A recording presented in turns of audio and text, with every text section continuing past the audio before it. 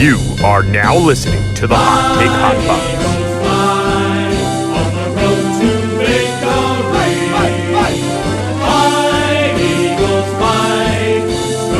You are now listening to the Hot Take Hot Box.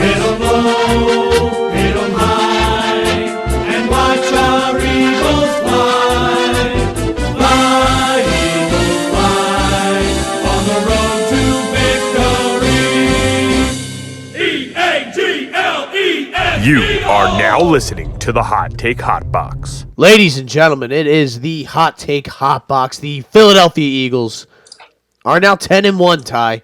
My name is Matt McSweeney. I am joined by Ty Capone. Ty, they may not be pretty. They may not look like last season's wins, but at the end of the day, the Philadelphia Eagles are still 10-1, which is a wildly successful and just an unreal sustaining of excellence that we as Philadelphia sports fans have not seen probably in my whole life. I mean, being this good for this period of time. I know that the Eagles have gone on a run, and Phillies, and they've all had their own little runs, but I mean, this is 2 years in a row where they started off like with only one loss through 11 games, and it is just I think we got to at some point, sit back and look and just remind ourselves how great this is to watch on a week in and week out basis, but we will do that at some point, but today we are going to be a little nitpicky, I think.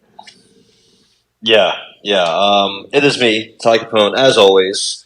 I've consumed enough caffeine to put an elephant in the hospital today, so nice. I think that's where we are. I'm hyped up. I'm ready.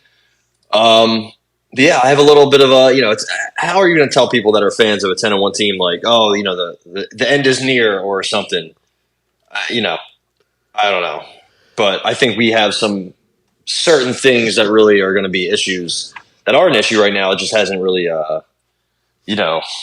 derailed us yet or led to a loss yet. You got to figure we're going to lose one or two more to end the year, right? That's obviously going to happen. I don't want to go that, 16-1, right? Yeah. I don't want to go 16-1. I want them to lose again. I don't want them to lose to the Cowboys, but maybe something like that will, wake them up a little bit, give them a boost, right? I'm not sure though. I'm not sure if they need a boost or if a boost would even do anything. Like this team's ready. This team has Super Bowl bloodlines in it and championship DNA all over the place on this team. So I don't think we need to be woken up or anything. I just think we need to figure the fuck out in specific ways on offense and defense. And I don't know where you want to get started, but we can. Right after it. We'll start right at we have this Buffalo game this past Sunday. Eagles win 37-34 in overtime. It was I was down in the parking lots before the game, and it was a ugly scene out there, man. Wind whipping around. The rain was kind of blowing in sideways. It started to pick up right at game time. It was nice, somewhat nice all afternoon. It was... the clouds were out, and, it wasn't exactly a beautiful day, but the rain wasn't. Back-to-back rainy games. Gotta love it. Yeah. It wasn't raining? Huh? You said it wasn't raining? No, it was. And then it it picked up around 2 o'clock. Yeah. Yeah. Literally, 2 hours before game when I was at the Chiefs game, it was like 6 Eastern time. And I'm like, yeah, man, this tailgate's awesome. I just got a cheesesteak. Somebody's about to give me some barbecue. I'm getting beers from random people. I'm doing shots of Fireball. Nice. Awesome. Love it. And then it just starts pouring. I'm like, all right, this sucks. Yeah. This sucks. So, yeah, the game sounded, it looked hype. It looked live.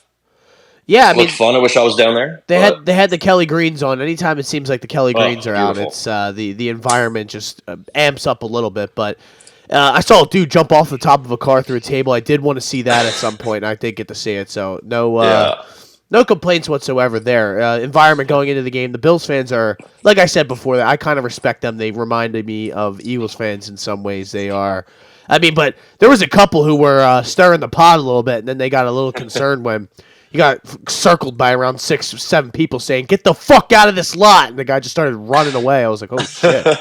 Did you see the guy javelin throw the Bills flag? Yeah. And then he was surprised when he got fucking tossed, dude. I'm like, he got. Hey, listen, he gave his body for something that was really good. It was probably hard to throw that fucking thing. That thing was huge. Was huge. He made it look easy though. Shout out to that guy. So I don't know where we want to ultimately go with this, but I will say the Eagles started off this game real.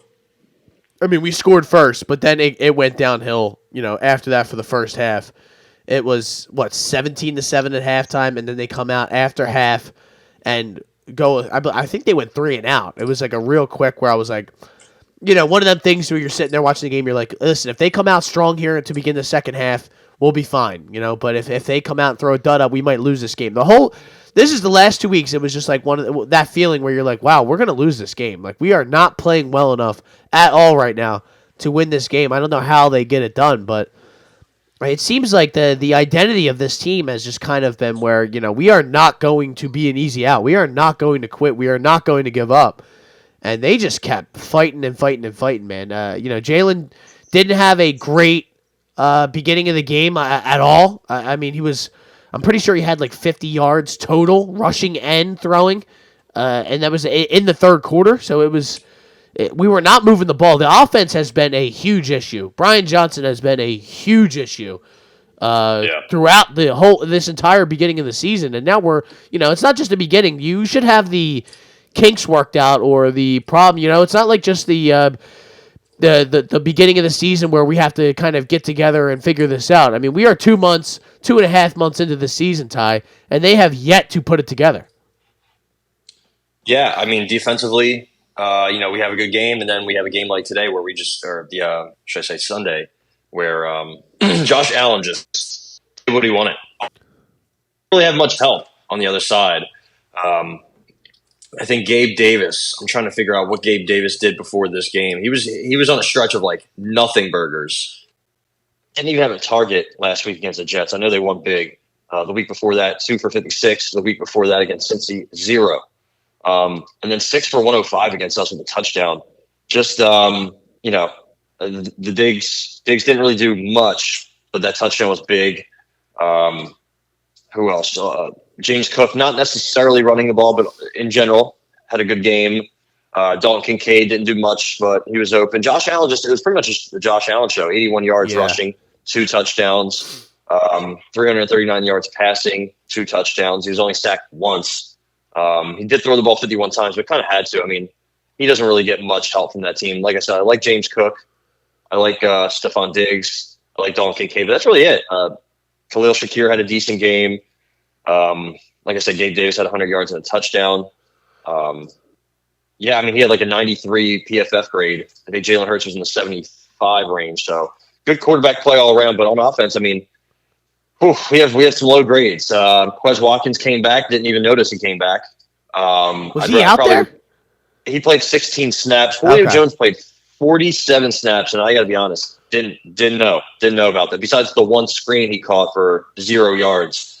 I didn't notice he was out there. They love running that play, man. I do not get it. No more screens here. All right, listen. Once in a while, like a dump off the Swift, or when we get Goddard back, sure, a screen to those guys. But we're running screens to Julio Jones. That's just like we're basically punting the ball. Zacchaeus had a huge catch, huge touchdown. That was a great play from him and Hurts. Yeah. Jack Stoll with a big conversion. Finally, he showed up, right?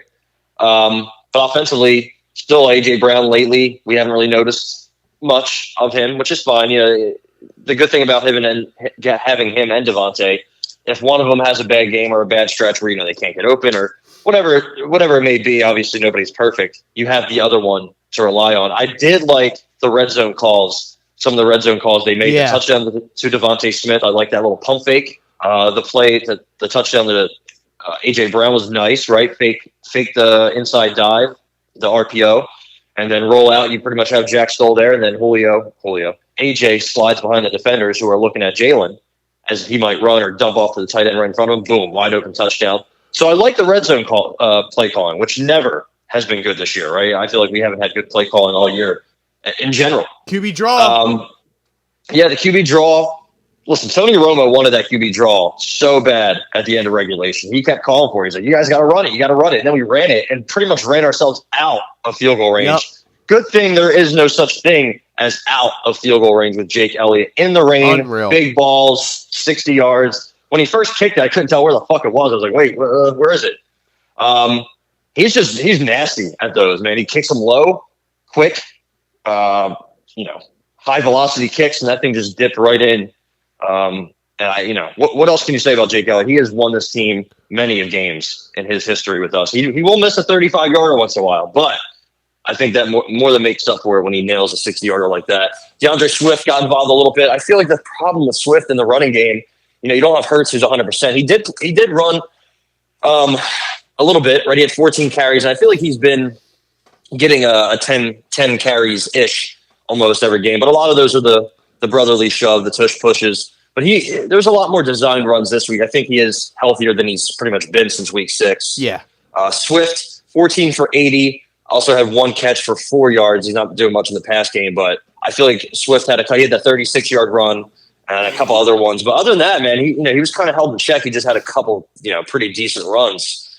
So, yeah, I don't know. The offense clutched up in the second half, but like last week against the Chiefs, first half was ugly. Yeah, I wasn't sure what and then we come out of the second half. We come out of the half, we get the ball in the second half, and we go 3 and out, just like we did last week. So that we ended up scoring on every single possession after that, besides one other punt. But still, like these are things that we can't keep letting happen, right? If we get behind the Niners or the Cowboys and neither of those teams slow down and we're down 35-21 in the third quarter or something like that, we're going to be kicking our asses for some of the play calling in the first quarter or the first half. So that's my issue with the offense so far. I mean, I think we all know, like, this is not sustainable, it seems. Like, there's no way you can continually put yourself into a hole like this and constantly battle back and it work out for you and win games. This is not going to go your way at some point. So that's why we are a little concerned, I guess. I think it's reasonable for us to be a little bit concerned at how slow we've started on, some of these games. I think I worry about some of the early play calls and some of just I don't know. I guess you don't see Swift enough. I feel like early in the game, I don't think that they really come out and try to establish the run, like they have in years past. I don't know. So weird.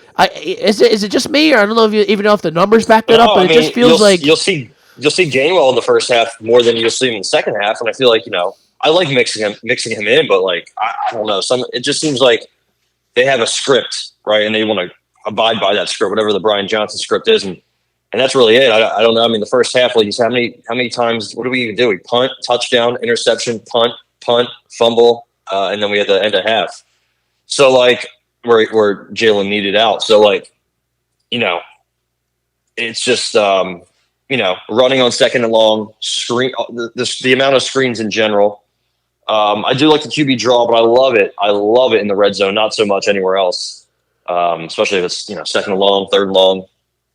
And I don't know. I feel like the fluidity and the rhythm of this offense really is missing Dallas Goedert. He kind of really sets everything, puts everything in place, keeps everything in place. So I'm not sure when we're getting him back. Getting him back against Cowboys would be awesome. I think that I don't know if that's he's trying to play this week. That's what I've been reading. That would be big because we definitely need him against the team who. I don't know, man. I know people want to say, oh, they're nothing. We beat them last year, but that's different. This year is a lot different than last year for both of our teams. So I am worried about the Niners, and I am worried about, if you look at the last 2 teams we beat, the Chiefs and the Bills are awesome. They might both be better than San Francisco. I'm not sure about the Buffalo Bills. Definitely are not. Yeah.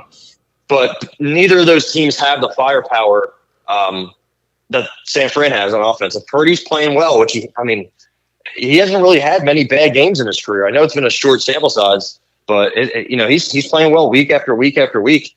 Brandon Ayuk's coming to his own. Deebo Samuel's a nice gadget to have. George Kittle's always dangerous, and of course you have the Mr. Culpo, the newly engaged Christian McCaffrey. Shout out to him for that.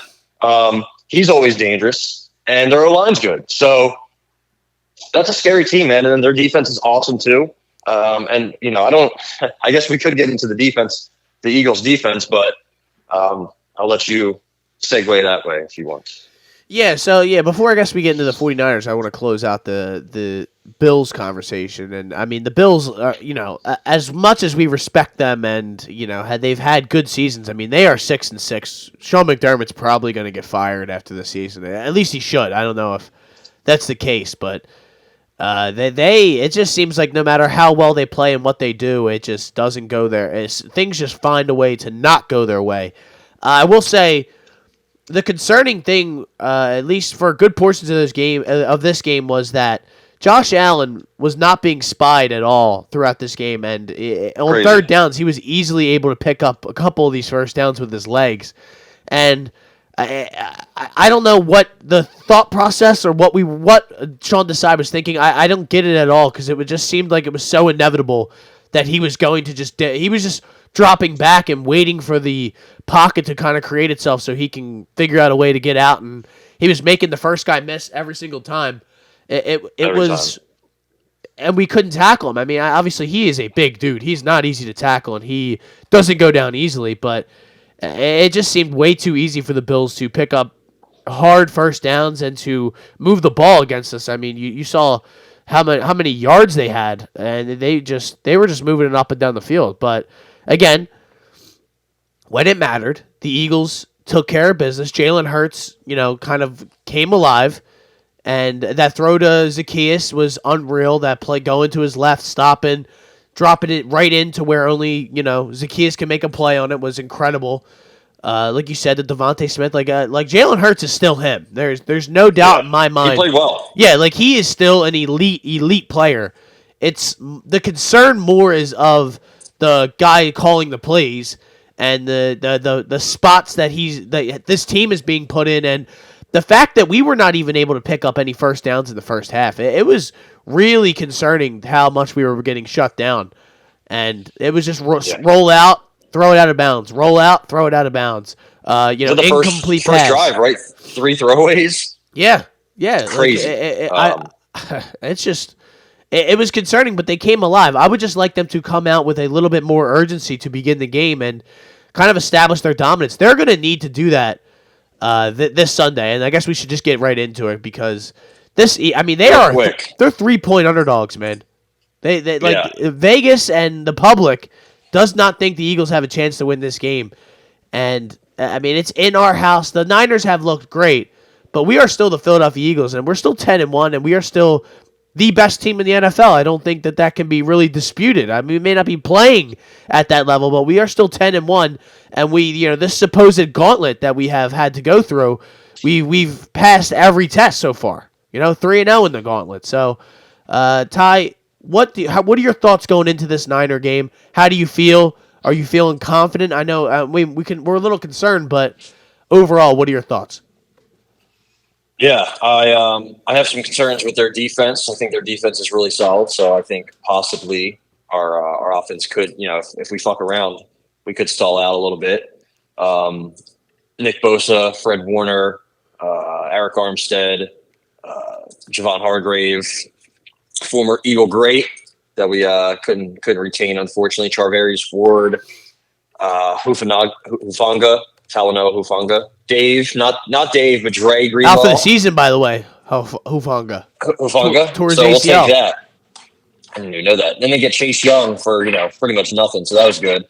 Their defense is definitely full of playmakers all around, but I will say I think they're bottom 10 in third down percentage defensively. Yeah, they're bottom 11, I should say. We are third worst in the league on third down as a defense. 13 of 22, the Bills went on third downs. Not good. And pretty much a lot of those were, Josh Allen scrambles that we just couldn't contain. And we also had 13 missed tackles against the Bills. Reed Blankenship had one of his worst games as an Eagle. Nicholas Morrow had probably his worst game of the year. I know he had 10 tackles, but he missed a lot, and he was just in a bad spot. Kevin Byard, probably one of his worst games since he got here. Darius Slay looked like shit. He probably should have given up the game-winning touchdown if Davis and Allen were on the same page. Brandon Graham actually played pretty well in his, again, limited playing time. Jordan Davis, Jalen Carter, they played well. I noticed Nolan Smith got in there a couple times. But I'm worried as a defense as a whole. I feel like honestly San Fran could possibly, they have the recipe to win this game 31-17, right? Kind of limit us on offense and put up some points on offense for them. Their all-around game, their coaching, everything they have as a team pretty much scares me. I think, we need to see Dallas prove it, but I think this might be our toughest test in the NFC, maybe in the entire league in San Fran. Again, a lot of that is, reliant on Brock Purdy, and if he does play well. But, man, he has played well this year. He's been very accurate. He's done what he has had to do. I guess he's kind of been somewhat of a game manager, but, a very good game manager, right? So I don't know if we get Milton Williams or Lane Johnson back. I hope we do. Same with Cunningham. I think Lane's going to play. We are kind of banged up. It was wild to see that Lane woke up and said, "Oh yeah, my groin, I can't move it." I'm like, "What the fuck happened?" That happens to me once in a while, but geez. So yeah, I just have some concerns all around with the Niners, and I think they might be able to do it. I think they're favorites for a reason, right? I don't think Vegas is stupid. It is kind of crazy though. We are at home, and I guess coming off of those wins, they did just throttle Seattle in Seattle. So I guess also they beat Jacksonville by 34-3 in Jacksonville. They have a couple extra days to prepare as well. Right, first week of the year, they went to Pittsburgh 130-7. Then they went cross country to LA, beat the Rams. They have lost to Cleveland and Minnesota on the road, both close games. So I think it's gonna be a low scoring affair. It's gonna be another tough battle, honestly. So I'm excited to see how this team looks. We have pretty much tough games the whole rest of the year, and it's just like you said, the gauntlet. We've survived so far, right? We haven't dropped a game, so we're one Jets debacle game away from being undefeated. But I think there could be some regression coming our way, unfortunately. Yeah, are you? That sounds like you're picking the Niners this week. Yeah, I don't know. I need to see who we have playing. Also, what if we add Shaq Leonard? Even though I think that guy might be slightly cooked, it's all right to add another linebacker. Nakobe Dean, is he out for the year, Nakobe Dean, or is he coming back playoffs? Who knows? And honestly, who knows? I don't think that's really going to make a big difference. Yeah. So that'll be interesting to see. I don't know what their injury situation looks like.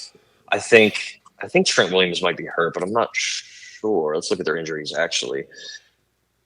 George Odom's out for the year. Hufanga's out for the year. So I think it might be just Spencer Burford, who is a lineman. I think we can now.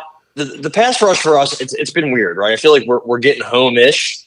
We had 26 pressures against the Bills, only 2 sacks, only 5 quarterback hits. So that's kind of an issue. Like, we're getting there, but we're not quite getting there, if that makes sense. 5 pressures for Jalen Carter, 6 for Hassan Reddick, 2 for BG, 2 for Christian Ellis, who didn't play that bad as a pass rusher. Everything else he was How kind of bad shaky. Was that roughing the passer, by the way? That you just that was terrible. Me of that. That was really bad on Nick Morrow, I think, right? Him or was it BJ? I think it was 41 I think it was 41. Okay.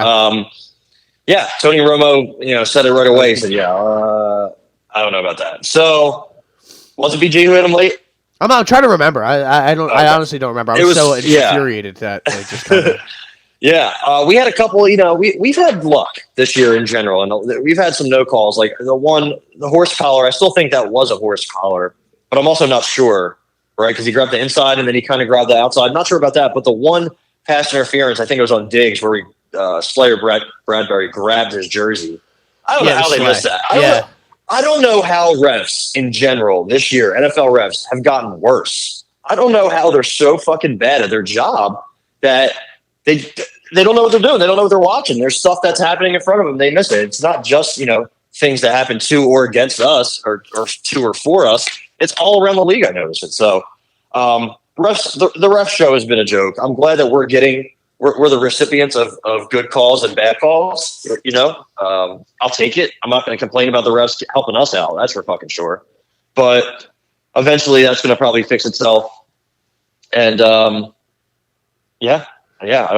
don't know what else. I feel like I'm being a little too doom and gloom. After we're 10-1, I was just at the game in KC, so you'd think I'd be on top of the world, but just scary stretches of the game where I'm just like, I don't even want to look at the game. I don't even want to watch it. I want to turn it off after the first half, and then we go 3-and-out against the Bills. I'm like, fuck, man, like what are we doing?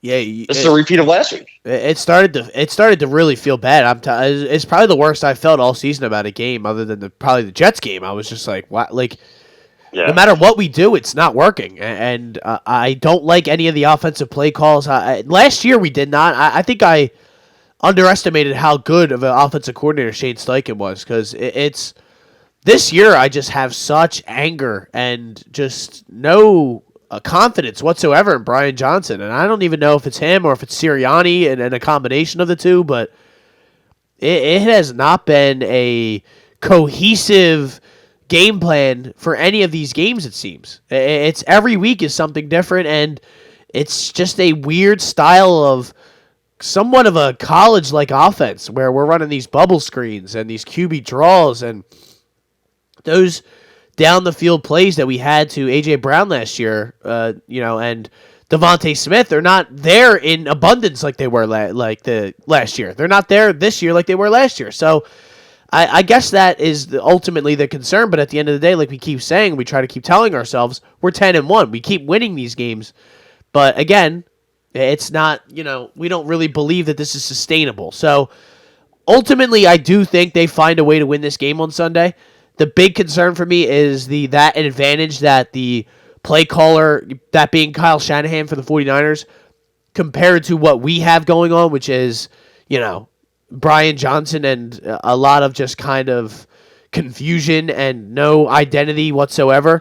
That worries me, and that the 49ers are going to have a strict game plan and they are going to know exactly where they want the ball put. I think big thing, and we say it every week, and we have somewhat got to him, but then we haven't. I think the good thing is we're playing a quarterback who really can't move. Not that he can't run, but Brock Purdy is not the magician getting out of the pocket that Pat Mahomes and Josh Allen are. I think we can all agree on that. So, yeah, I think the advantage. This is a week where we really need to get pass rush. Sorry. No, you're good, and I agree. It's exactly what I was going to say. This needs to be the week where we get to him. We put the quarterback on his ass. And we just constantly put pressure on him. The same way we put pressure on him to start that game last year and in the playoffs. It was, that's how he got hurt, is because we were getting to him. And he, it was a freakish injury, and I didn't want to see him get hurt necessarily. But hey, we won the game, so at the end of the day, it doesn't really matter. So I think the Eagles win this game. I think they put up probably something around 27, 28 points. It'll be 28-24. Eagles get it done, and I feel good about it. Where do you think we rank in, I guess this would be total EPA, which is estimated what is it? I forget what it stands for. Let me look it up real quick. The Environmental Protection Agency. Yeah. Hold on real quick. Is it estimated points added? Expected points added. Okay, I'm sorry. Okay. We are seventh, okay, pretty much. Tied with the Chiefs, but we're behind the Bills, Dolphins, Ravens, Cowboys, Niners, which kind of checks out because, those teams, that's probably the top 6-7 teams in the league. And I think, while we have the better record, I think those teams have probably had much longer stretches of looking good, right? I don't know if that's fair or not. Again, EPA doesn't win Super Bowls, but we were much higher than we were this year, last year. Yeah. So we were pretty much number 1, number 2 all year last year, and this year we've been up there, but we've slowly been sinking last couple games. I mean, we've been outgained the last couple games. This game we got 4 straight games, Ty, where we've been outgained. 4. Yeah, it's not good. That's not a recipe for success. And again, I'm going to keep saying it. I understand we're 10-1. I just win, baby, just win. I'm here for it. But we need to play better. We need to play. We need to put 500 yards of total offense. We need to limit a team to maybe under 4 or under 300 yards total. And we're just not doing either of those things. It's kind of just the first half, the offense isn't looking good, and then the second half, the defense isn't looking good. But, one of the two units is able to bail the other out with a little assistance from the special team. So, yeah, I mean, I think, now that Jalen's close-ish to 100% or, the healthiest he's been, now we have other guys who get hurt. So I think we just haven't really been able to get we haven't been able to be, the team that we are, I guess. I think maybe we're close. We're not quite there, right? Goddard's hurt. Milt Williams gets a concussion in a game that he's playing awesome. Yeah. Lane Johnson wakes up and his groin's fucking pulled. Crazy. So he's probably clapping. So I think, yeah, as he should. So I think also we have, our fans are doing the best, man. We're showing up everywhere. We're heckling the Bills players. They're pushing Eagles fans. Yep. That was crazy. Apparently we threatened their life. I don't know what Slapdick Jones and the then third multiple is going to people do. said that wasn't true. They were just like that. I mean, honestly, when you look at the way Jordan Phillips was playing, he was playing absolutely unhinged the entire game. He was trying to injure people throughout the game. That those guys came in with a little bit of a chip on their shoulder. So yeah, him and Carl Lawson have done that for a while. I don't know if this is just a random act. Carl Lawson has done many things when he was at Auburn. So I'm not gonna say that they want to kill these fans, but maybe I understand wanting to go at some Eagles fans, but you can't do it. So hopefully a fine comes down for that. We've had our players get fined for random hits that shouldn't happen. Amon-Ra St. Brown got $50K fine for a block that I don't even know what he did wrong. So hopefully they reprimand them, and that'll be that. But yeah, I mean, we haven't been able to pretty much play. I mean, we're playing as a team, but to see each unit play to its capabilities. I mean, honestly, maybe our defense just isn't capable of playing like a top 5, top 10 defense. Maybe that just isn't what we're, going to be able to do. I mean, Slay and Bradbury are taking turns getting smoked every week. I think Bradbury, they threw at him a lot against the Bills, but he got the pick. He did give up a touchdown to Diggs, I think, at the end. But all in all, I don't think he was that bad. I think Slay was pretty bad. I saw Slay trailing guys pretty much all game. Yeah. And then both safeties played like shit. Cunningham got hurt. So then Morrow, pretty much had to play the entirety of the game. Also, they had like 95 plays, the Bills did. So, our top guys had, I think, 90 snaps, which after a while, that's brutal. That is brutal, especially in the rain. So, how about Jordan Davis running sideline to sideline? That was crazy. Hawking him down. Everyone's like, oh, look at the fat guy got hurt. I'm like, that fat guy just fucking went, balls to the wall, dude. Like foot by foot, no, I don't, step by step with Josh Allen. So that guy can, he can do whatever he wants. I don't care. So, maybe the thing about the defense that really I'm waiting for is just the pass rush. Again, we're making some noise. We're winning some reps. We're getting around the edge a little bit. We're breaking through to the inside, but just a second late, not early enough. Just, we're getting some pressures, but we're not getting sacks. We're not getting forced fumbles. We're not getting any of that. I feel like we had so many strip sacks last year, in the last couple of years. We haven't had, if any, not many at all this year. So I'm waiting for Josh Sweat and Hassan. Not really Hassan Reddick. I'm really waiting on Josh Sweat to kind of wake up. And usually the fourth quarter is when he wakes up and he gets that strip sack, or he gets that big sack on 3rd and 6 to make it 4th and 12. But, we're really bad on 3rd down.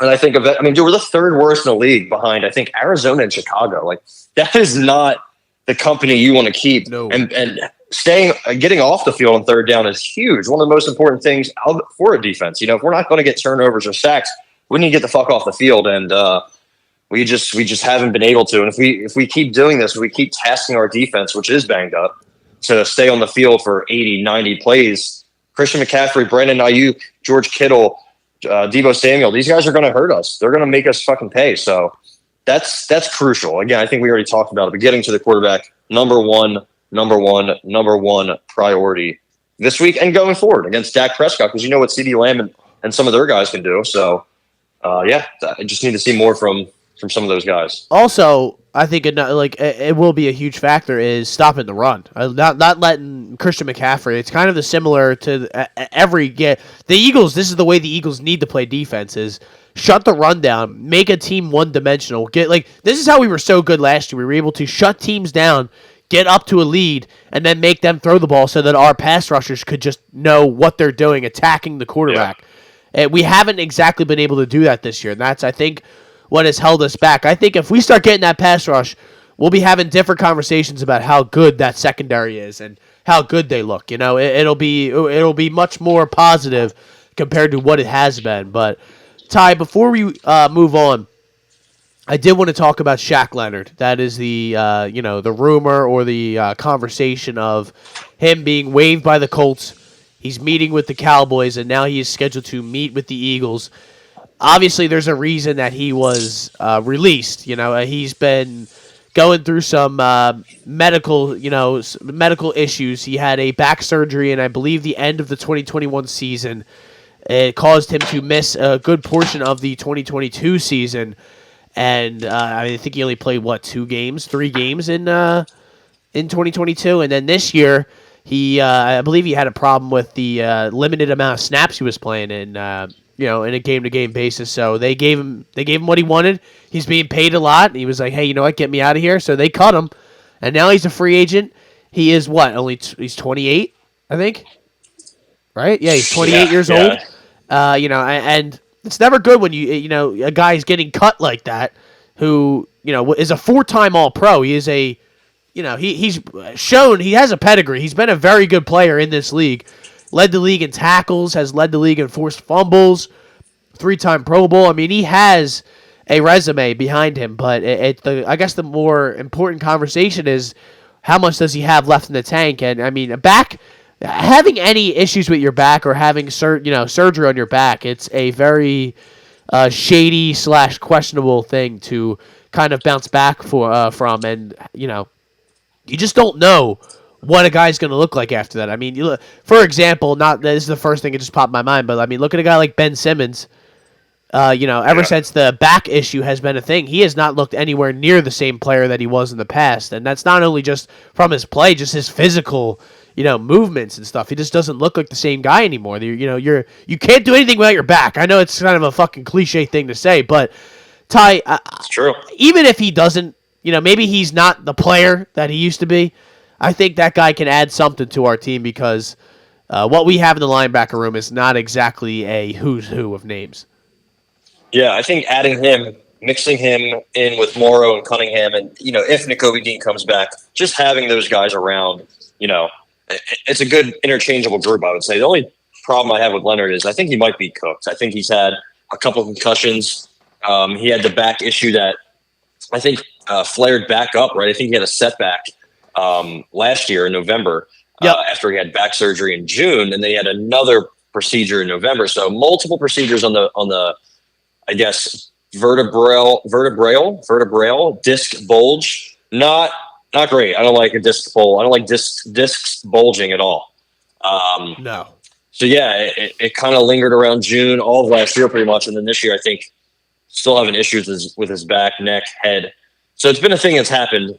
But if he's down to the Cowboys and Eagles, I definitely don't want him in Dallas. But I mean, that's if he's good, right? If he's a liability, I definitely want him on Dallas. So, and they also have their own issues with. I think LVE is pretty much he's done. He's pretty much cooked. So replace one cooked linebacker with another.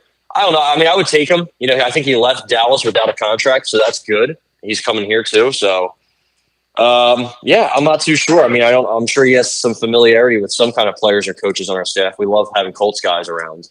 Not sure if we still do.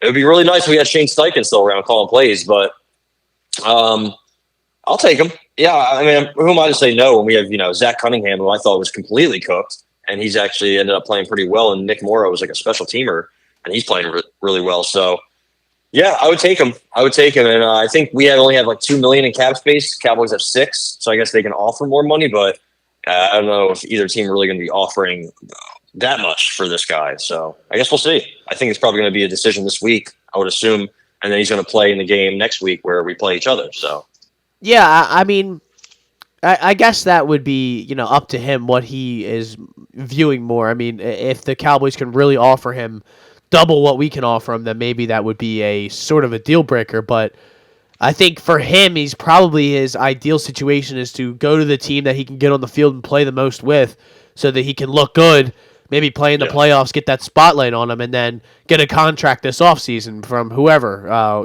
may want his services. So he's a great I've heard he's a great teammate and a great person, great leader, veteran. So you can't have too much of that, right? No, not at all. And he's played in the playoffs. He's been a big time player. He's been the lead, like you said, the leader of that Colts defense.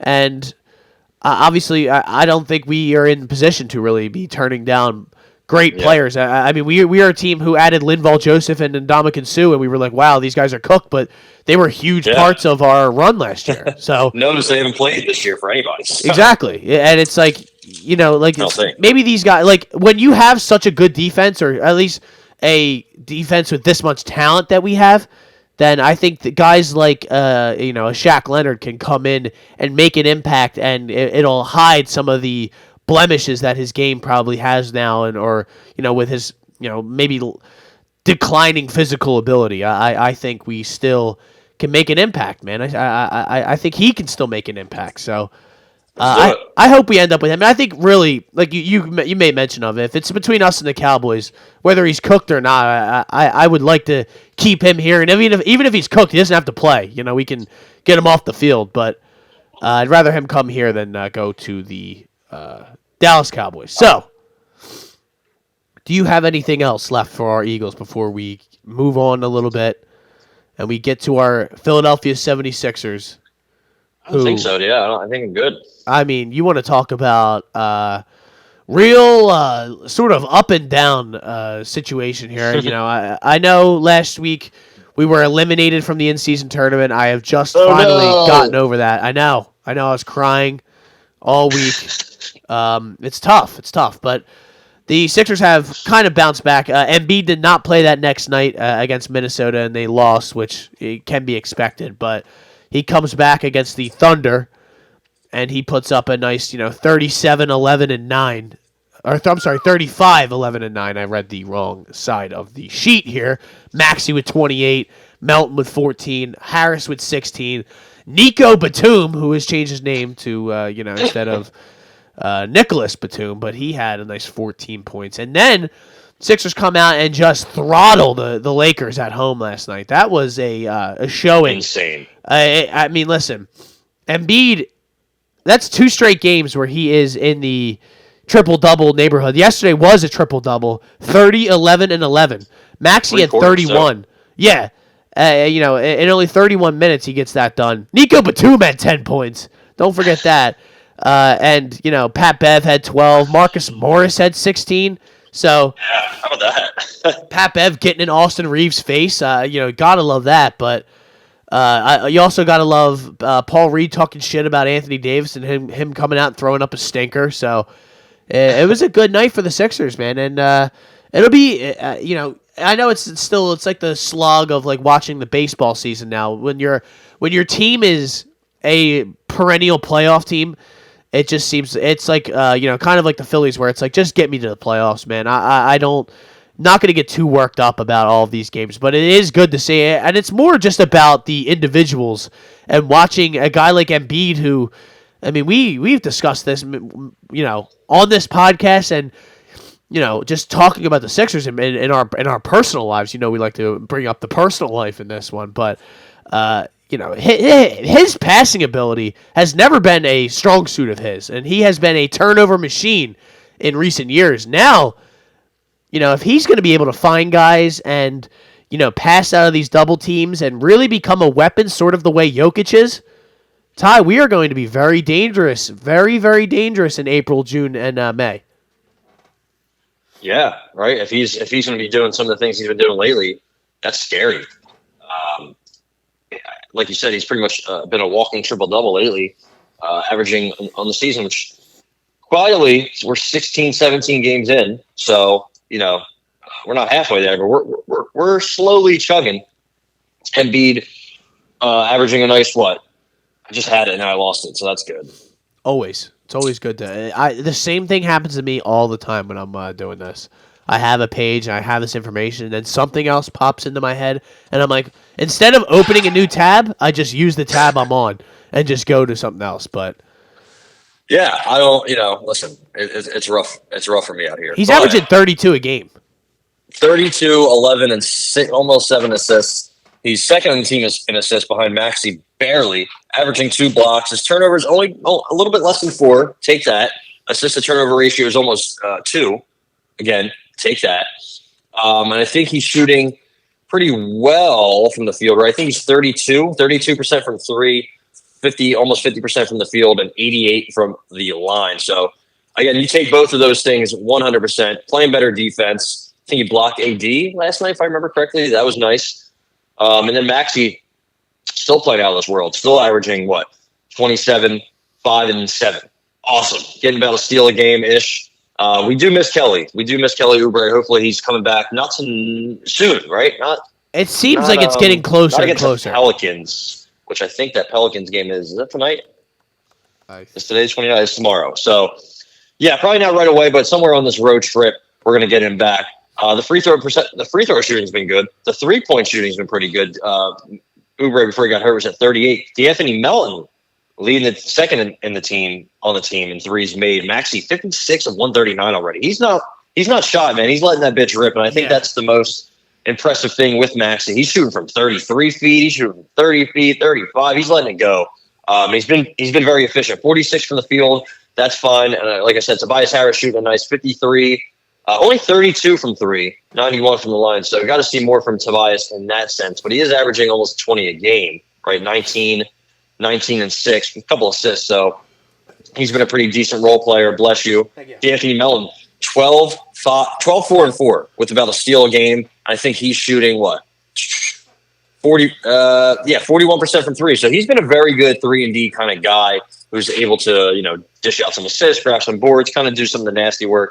The bench itself, not great, but if you can get any kind of production from Batum, Reed, Covington, Marcus Morris, Pat Bev, he's not going to give you much production-wise, filling up the stat sheet, but he does a lot. He does kind of what PJ Tucker used to do for us. I'd love to see more of Jaden Springer, but obviously they want to ease him in. So, yeah. Also, how good is Chet Holmgren? Yeah. That guy was going crazy on Saturday. They were able to kind of him and Shea. Yeah, Shea didn't really go.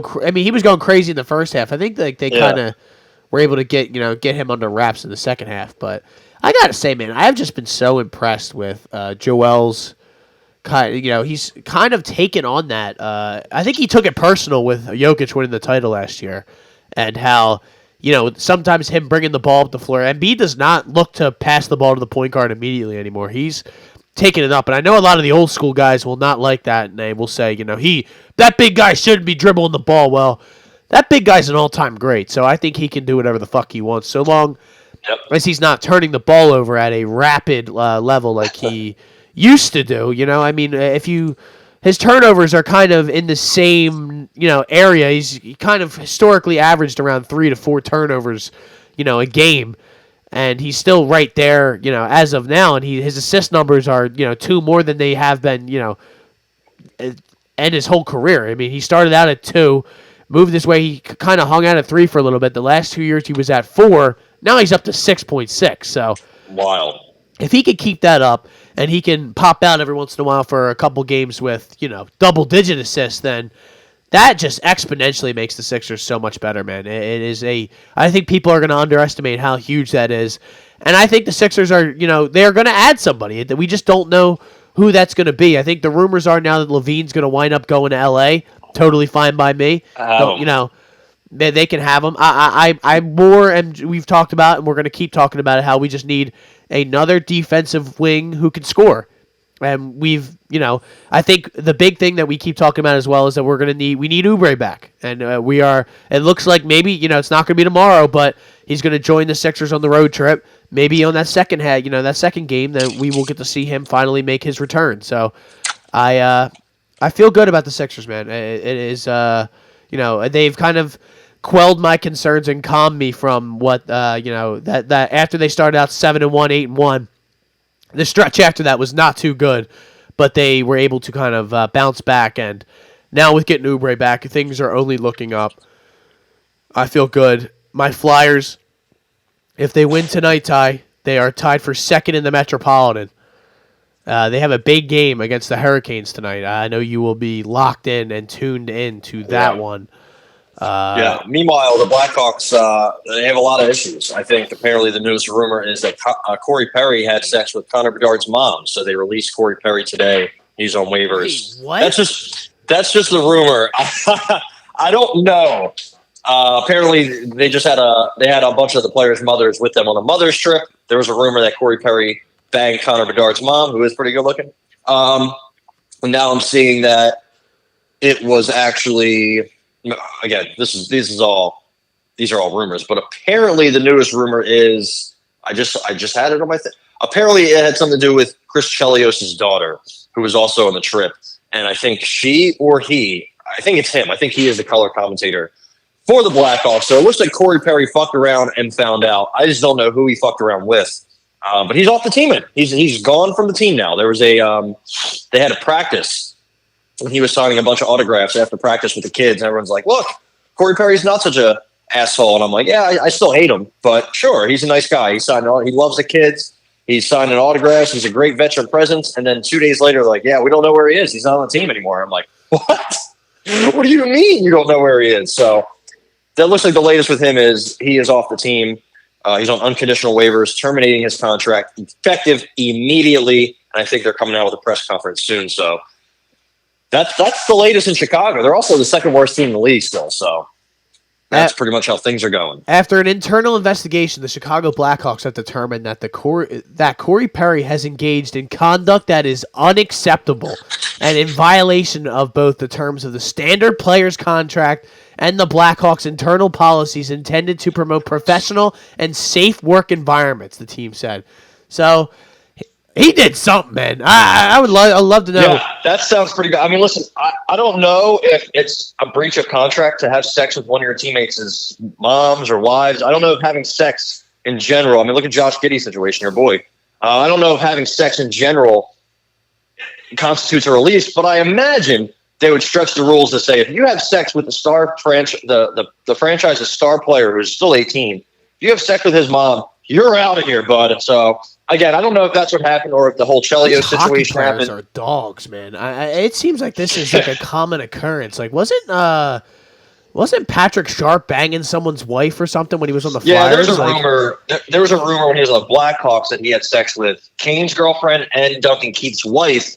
Duncan Keith and his wife were going through a divorce, and many people thought that's why. But it turned out that was all made up. Sharp and Keith are still friends to this day. I don't think they would be if that were to be true. Yeah. So, but who knows? I mean, also a lot of times in hockey, things kind of get suppressed. You see that in hockey more than any other sport where something happens, but you don't know the details. Like the whole Team Canada World Junior sexual assault thing. There was like this, a couple players on the roster from like 5 years ago sexually assaulted a girl, and nobody knew who it was. I think nobody still knows who it is, but a couple players have been, I guess, eliminated as potential violators, if you will. I can't think of words. But a lot of things in general really do get kind of, put on the hush-hush. Spencer Knight was a first-round pick for the Panthers. I think he was going through some alcohol abuse problems. They sent him away for a while. Nobody knew what happened there.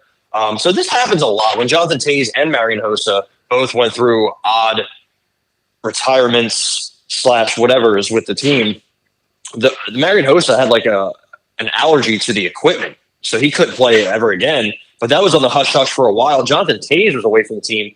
A lot of people were saying, I think he has cancer. I think he has this. I think he has that. That was on the hush-hush for a long time. So a lot of times in hockey specifically, you don't really get the details of what happens. And like you said, a lot of these players are just dogs. Yeah, a lot of these seems like a lot of these. Now I'm reading. You got me. You opened a whole new wormhole here because now I'm looking at Chris Chelios' daughter. She's married as well. Yeah. I mean, Corey Perry must be packing a fucking schlong piece, dude. I don't. Her husband's an NFL fullback or former NFL fullback, so I mean he's gonna. There you go. I need a resolution here because he did something. I think Kyle Davidson, the GM, will be addressing the media, but I'm assuming he won't say anything specifically. He's just gonna say this. This happened, that happened. I can't say anything else. There's a great video. It's Corey Perry walking to the unemployment office. It's when he got kicked out of the Winter Classic when he was on the Dallas Stars against the Predators, and he had that long walk of shame out of the stadium. I don't know if you remember that, but it was this huge walk of shame. And then there's another tweet. This is great. Bedard's mom, come over. Corey Perry, I can't. I'm playing a hockey game. Bedard's mom, but I'm your teammate's mom. And that's Corey Perry walking off of the ice when he got kicked out of the Winter Classic. Jesus. All right. Well, I mean, listen, we are usually a Philly sports pod, but I'm always willing to take a detour for stuff like this. Listen, ladies and gentlemen, check back in next time we do a pod. We will have updates on this. We are going to continue. We're going to be the number one source of information on the Corey Perry release. Use your flyer, possibly. Take your bets. Was it Connor Bedard's mom, or was it Chris Chelios' daughter, which is also somebody else. Or someone else. Are you taking the field? I don't know, man. I haven't decided. There's a lot. people are freaking out right now. So there's a lot going on. It's pretty terrifying. The Blackhawks are just, they love to get involved in situations that are not great. Like the whole 2010, I guess a player was sexually assaulted by a trainer. And then they kept that under wraps for like 10 years. And then it came out where it's like, I don't know. It's weird. Yeah, I don't know. So, and then obviously when you had Patrick Kane, who just recently signed with the Red Wings, he had a bunch of things that happened to him in his career. Hockey players, like you said, dogs. Absolute dogs. We don't know. We could have just been. This is all alleged. We would like to say that we don't know if any of this is true, but it is a little peculiar. There's a lot of internet rumors going on right now, but it is peculiar that a gentleman was just released in the middle of the season with no explanation, and they said that his conduct was unacceptable. So the man did something. Yeah. What did he do? What did he do is the question. So, ladies and gentlemen, I think that's it for us. Me being Matt McSweeney and him being Ty Capone, this has been the Hot Take Hot Box. We will be back later on this week for a Shoulder Strikes MMA podcast where we will talk about the UFC Austin this weekend. We have quite a few fights that are actually pretty good on this card that we will discuss. Yeah, I was gonna say it's not that bad. It looks pretty. They like to at least put names, right? I'm not saying any of these guys are washed up, but they definitely will put some names on an Austin or Charlotte or San Antonio or Boise, Nebraska. Boise, Nebraska, by the way. You know what I meant. But they'll put names on these cards. They're not going to put fucking Mike Malott and what's the slapdick that just fought Nick Aguirre? They're not going to put him on the main card. Chad Talbot and Chase Hooper. Yeah, you're not going to put Angel Liger, as Dom Cruz calls him, on the main card at all. So I think we also have Ryan Garcia this weekend in a comeback bout. I know everybody's like, he's probably getting some slapdick idiot, but he's fighting Oscar Duarte, so that should be very good. It's going to be in Houston, Texas. Duarte's pretty good, comes forward, hits hard. We'll see. We'll see how Rye guy, King Rye, whatever lame nickname he has. We'll see how he looks. Also, we had Benavidez fought this weekend. Him and Jamal Charlo were both back in the ring. Both look good. So we'll talk about that as well. A little dip into the boxing world. Yeah. And, PFL? Some PFL conversations? There was a little bit of PFL that happened. I mean, nobody really cared. I didn't really watch it, but yeah, it was a $49.99 or $39.99 pay-per-view like that. I think 15 people bought maybe, and they were all Don Davis's family. Also, that guy, the more he talks, I do like the confidence, but I do not like the snarkiness of, Dana White knows now we're coming for him. Like, bro, you guys have like 6 different belt PFL champion challenger international series. Like, yeah. He thinks about you when he puts his TV on at night. It's ESPN and they're talking to him and he's like, all right, let me change the channel real quick. Yeah. Put on Fight Pass. Get something more interesting on. Yeah. Nobody's worried about the Listen, if you're going to be PFL and Bellator and you're going to be separate entities, but maybe you'll cross over and maybe you give the guys opportunities to fight on either one, like, that's not going to work, pal. You got to merge everything together, create. That reminds me of Gregor, by the way. Yeah, you went back to your Dublin days, right? Who, by the way, is under investigation again. I mean, what else is new? Charge it up.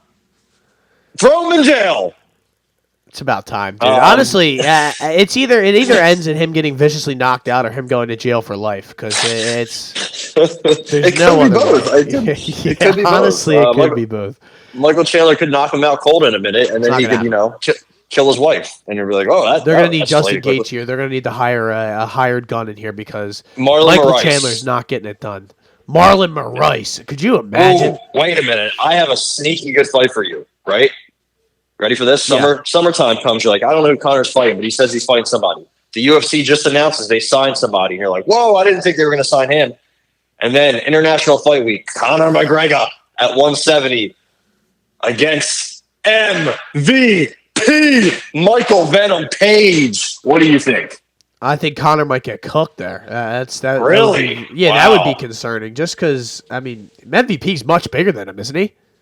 I think he is, but Connor's on the juice, on the sauce, on all the things. Well, actually, he's off of it now, right? He's in the testing pool. Apparently, allegedly. MVP free agent is flirting with the WWE, the UFC. I'm sorry. Wow. Jeez.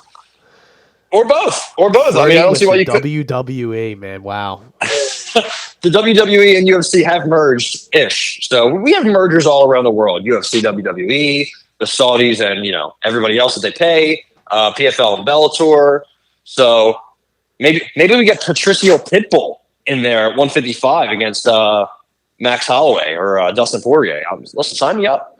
I would like to see Michael Venom Page in the UFC just to kind of I mean, he's older now. He's 36, but I think it would be just. I think he would actually fit in well with the crew there at 170 and just he could get kind of fight right away and somebody and not the I mean probably the top 15, right? I mean, who's to say he can't beat a Neil Magny and Mike Chiesa and I mean there's all sorts of drama going on with Ian Machado, Gary. We'll discuss that. Man, I can't wait to talk about let's that. Save all this for save all this for the we have Shoulder a Strikes packed episode podcast coming up this Thursday/Friday. I'm off Thursday, but I'm gonna do some tape study for this week. So we'll see. Maybe Thursday, maybe Friday, but we'll shoot for Thursday. You two boys. Yeah. We'll be back this week, that's for sure. Them Shoulder Strikes MMA boys are back this week for a fresh card. And we have this, and then we got a pay-per-view coming up soon. So we got a couple of good cards to close out the year. So we are looking forward to it. My name is Matt McSweeney. I'm Ty Capone. And as always, when you're walking down the street and you see a cute little kid walking, it's his first steps, make sure you scream in his face, "Go fucking birds!"